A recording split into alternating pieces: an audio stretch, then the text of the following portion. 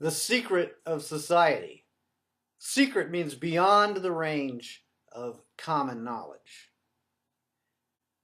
Society is just an organized group of people associated for some specific purpose or on account of some common interest. These are definitions that I got off of the internet through just online dictionaries at reference.com. Secret beyond the normal range of common knowledge. And society is an organized group of people associated on account of some common interest. I just noticed a little irony there because beyond the range of common knowledge, but yet a common interest. So even when there is a secret society, maybe the people in the secret society don't even know the extent of the purpose or the common interest. I don't know. Maybe they do know. Maybe they don't. That's a different issue. The secret of society is actually about language. How do humans organize into societies?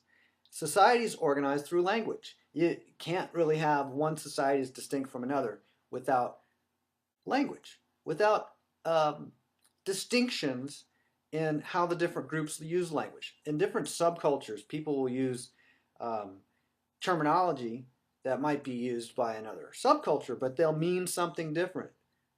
They might use a really different language, a really different dialect, and those could be considered distinct societies, at least distinct subcultures.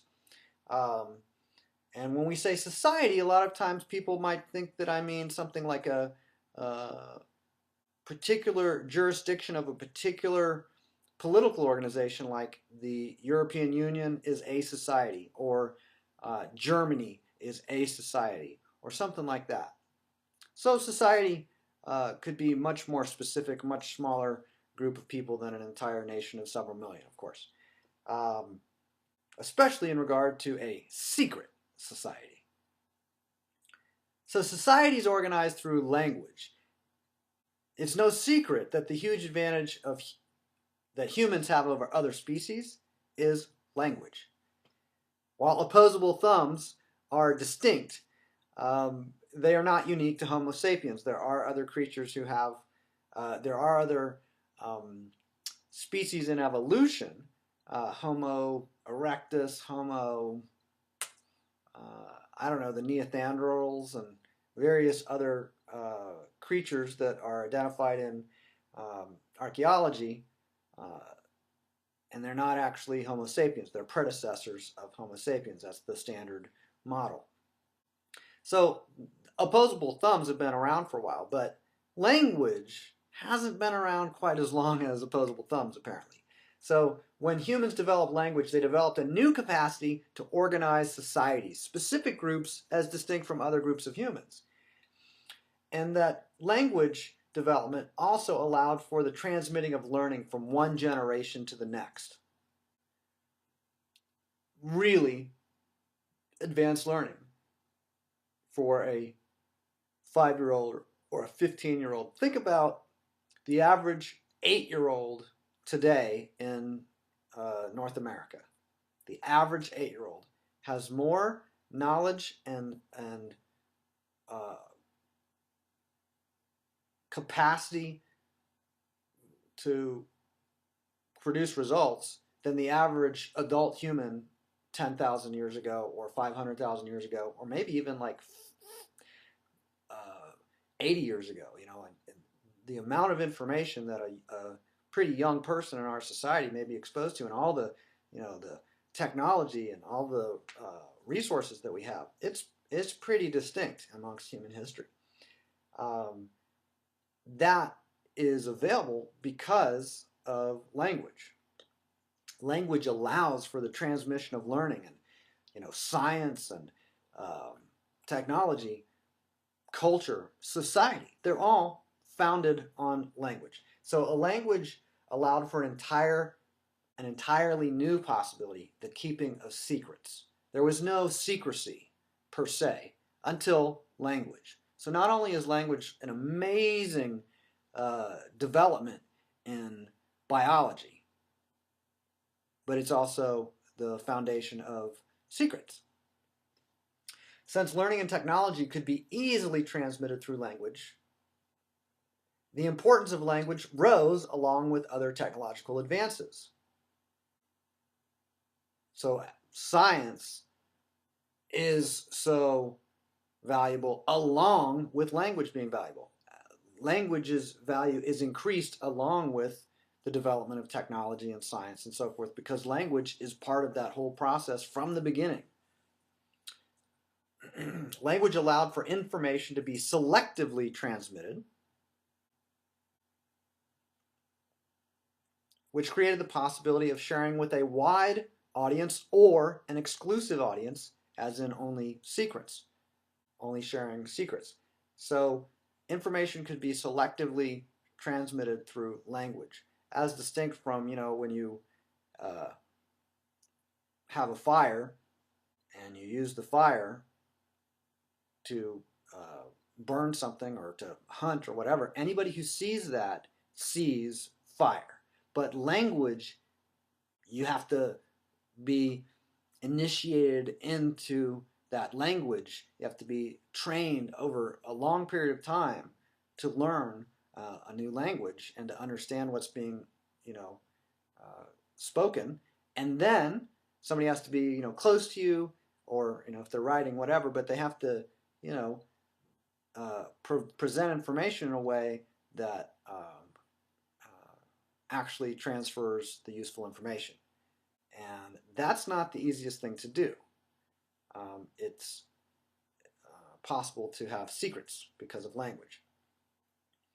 But it's also possible to communicate. Really, the issue of secrets isn't so much the issue, it's that it is possible to communicate information at all. So, language allowed for the possibility also of intentionally lying, distorting information, misrepresentation, and even simple distraction, as well as the use of codes that carry a secret message. And basically, all of language is a code, and all messages are secret to some extent. Some messages are much more exclusive for a particular audience, some are much more broadly accessible. And that issue of the spectrum of accessibility is just an issue that is inherent in language. In later segments, I will briefly detail an introduction to what language is, how language originated, and the function of language in societies, including through the formation of secret societies and their influence. And one of the pieces that I don't have linked here, but you can find it on my blog, is what does human DNA seek in a mate? I think that's the title of it. And that one actually has a lot about secret societies and the importance of language.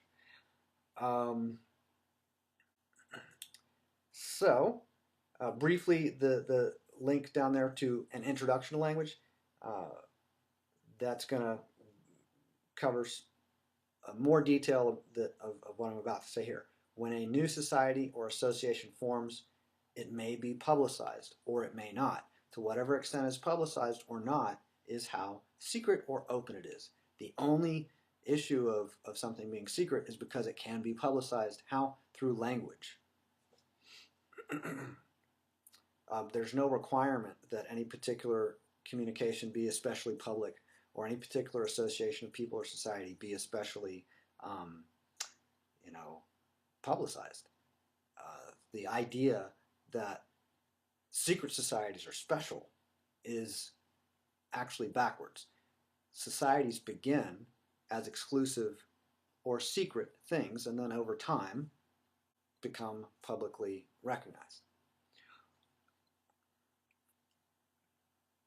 So the new society or group is a secret initially that only a few people know exists, and the specific features of a society or group may also be kept secret or even distorted or publicized.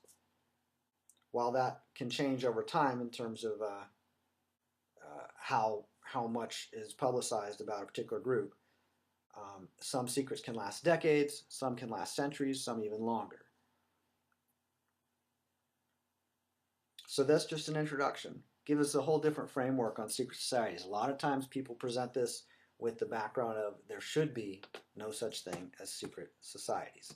That is odd because initially any association of people is only known to those few people who begin it. And what's odd is that language allows for um, publicizing and growing of societies into huge, vast networks. That's actually what's interesting. And in introduction, the other piece, an introduction to language, that topic will be explored.